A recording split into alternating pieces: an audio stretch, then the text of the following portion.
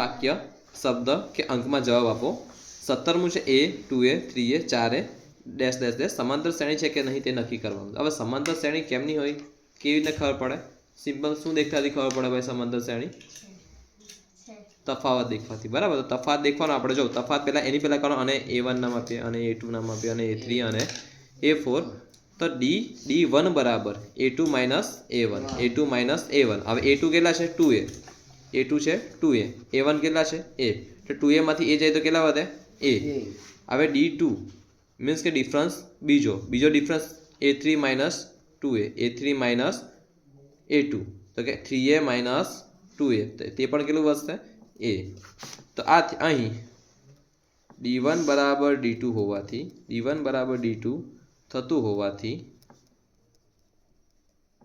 આપેલ શ્રેણી મસાંતર શ્રેણી છે સમાંતર શ્રેણી છે।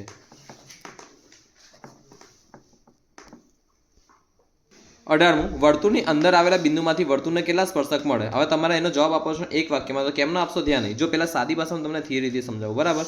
તો આ દેખો એક વર્તુળ દોર્યું આ વર્તુળની અંદર કોઈક બિંદુ આવેલું છે તો ધારો કે વર્તુળની અંદર આ P બિંદુ આવેલું છે તો વર્તુળની અંદર આવેલા બિંદુમાંથી વર્તુળને કેટલા સ્પર્શક મળે ચાલો આપણે સ્પર્શક દોરવાનું ટ્રાય કરીએ। સ્પર્શક એટલે શું તમને ખબર છે વર્તુળ અડીને જતો મોત કો છૂકે ટક સે વાપસ આયા જો આને સ્પર્શક કહેવાય અને સ્પર્શક કહેવાય અને સ્પર્શક કહેવાય અને સ્પર્શક કહેવાય અને સ્પર્શક કહેવાય બસ શું આ વર્તુળની અંદરના બિંદુથી સ્પર્શક દોરી શકાય કોઈ કહે કે સાહેબ હા દોરી શકાય જો આ સીધો આવીને દોડું અને સ્પર્શક ના કહેવાય અને છેદિકા કહેવાય શું કહેવાય છેદિકા જો વર્તુળને અહીં છેદે છે ને બીજા અહીં છેદે છે અને શું કહેવાય વર્તુળની છેદિકા તો કેટલા સ્પર્શક મળે શૂન્ય કેટલા સ્પર્શક મળે શૂન્ય અથવા 0 ઓકે ઈંડુ પાસાને એક વખત ઉધાર 6નો અંક ન મળે તેની સંભાવના કેટલી હવે સાદી ભાષામાં વાત કરો 6નો અંક ન મળે પણ આપણે પાસાને એક વખત ઉધાર તો શક્ય પરિણામ કેટલા છે ભાઈ 6 કેટલા છે જો સાદી ભાષામાં આપણે અહીં આપણે પહેલા કુલ પરિણામ દેખી લે પાસામાં ઉછાળો તો કુલ પરિણામ કેટલા મળશે 6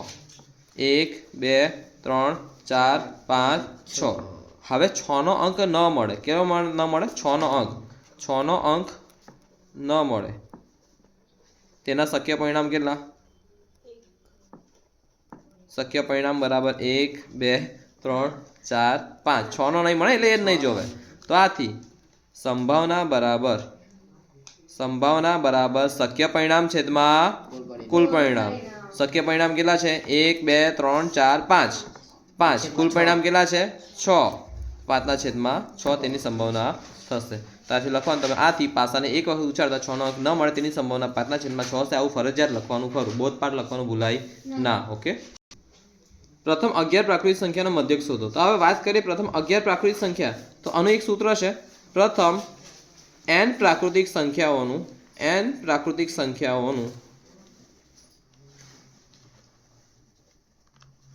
મધ્યક બરાબર n વત્તા 1 છેદમાં 2 તો સિમ્પલ ભાષામાં 11 પ્રાકૃતિક સંખ્યા છે ત્યાં આગળ થશે 11 વત્તા 1 છેદમાં 2 11 ને 1 12 છેદમાં 2 તો 2 છંગ 12 બાકી ઘણા છોકરાઓ શું કરશે ખબર છે પ્રથમ 11 પ્રાકૃતિક સંખ્યા કેટલી લાવીને કરશે 1 2 3 4 5 6 7 8 9 10 ને 11 આવી રીતના જશે બરાબર છે તો આ તદ્દન એમ કેવું કે આ તદ્દન ખોટું પડે બરાબર ખોટું નહીં સાચું પડે પણ ઘણી મહેનત જાય है ना घनी मेहनत जाए एनो मध्यक शोधવાનો પછી આપણે ચેકતા તો 6 ગણે 6 સુધી આવી જાય બરાબર બસ સાદી ભાષામાં સૂત્ર છે હું તમને કહું તો કે પ્રથમ 51 નો મધ્યમ તો કેમનું કરશો પ્રથમ 51 પ્રાકૃતિક સંખ્યાનો મધ્યક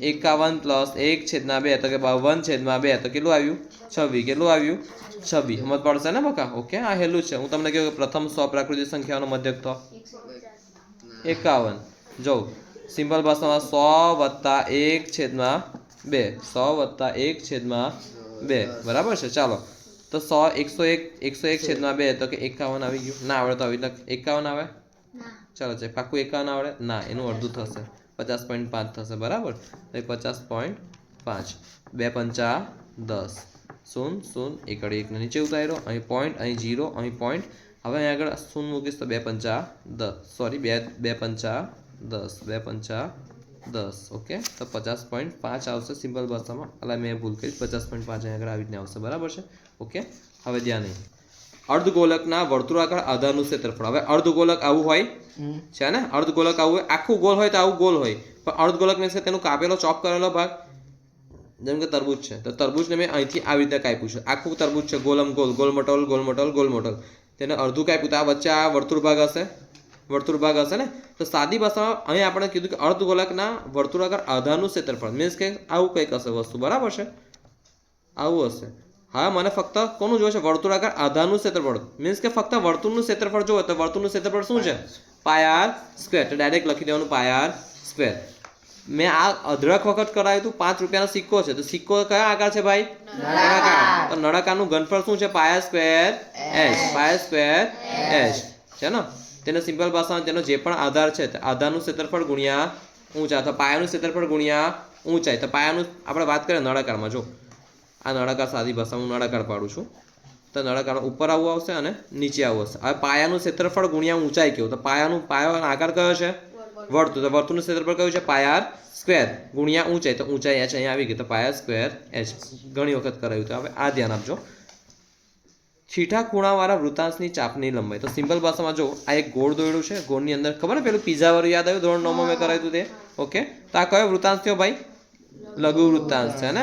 તો આ સિમ્પલ આપણને ફક્ત આટલાની લંબાઈ પૂછે તો તેનું સૂત્ર સિમ્પલ ભાષામાં આ છે કે જો ધ્યાન નહીં, પરિઘ ગુણ્યા θ છેદમાં 360. પરિઘ ગુણ્યા θ છેદમાં 360. આ પરિઘ વર્તુળના પરિઘનું સૂત્ર શું છે? 2πr. 2πr ગુણ્યા θ છેદમાં 360.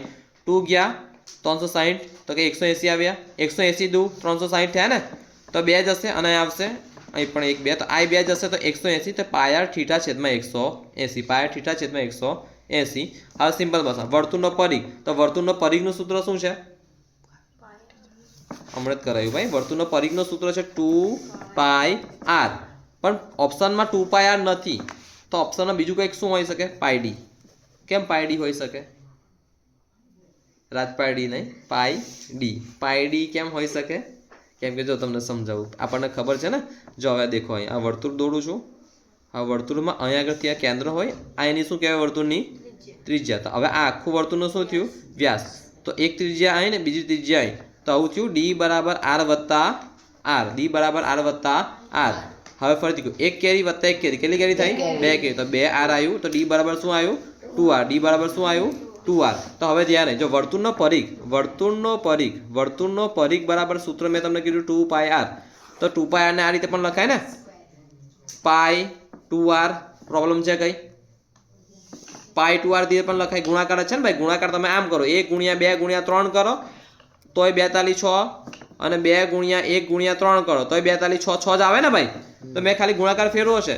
હવે 2r ની જગ્યાએ મેં ડી લખી શકું, 2r ની જગ્યાએ ડી લખી શકું તો શું આવ્યું? પાય ડી.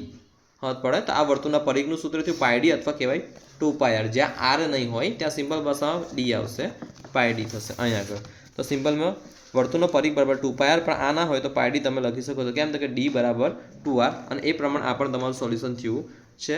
તો આ તમારું શરૂઆતનું પૂરું થયું છે. 24 જેટલા પણ છે ને પ્રશ્નપત્ર. આપણે પ્રશ્નપત્ર 1માં આપણે જે પણ વિભાગ એ છે તો તેના 24 પૂરા થયા છે. 24 માર્ક્સ સિમ્પલ છે, 1 માર્કનું છે આ વસ્તુ. પણ તોય તમને આ કરાવતા 3 લેક્ચર ગયા. એક તો ગઈકાલનો સવારનો, આજનો સવારનો અને અત્યારે આ સાંજનો લેક્ચર. સમજ પડી કમ્પ્લીટ? મગજમાં ઉતરું. હવે સરખી રીતે ગઈકાલે જે વિજ્ઞાન કર્યું તેના સવાલો લખવા માંડો. લખવા તો પડશે જ ભાઈ, મોડે કરીને લખવા પડશે. ઓકે, ક્લાસ પૂરો.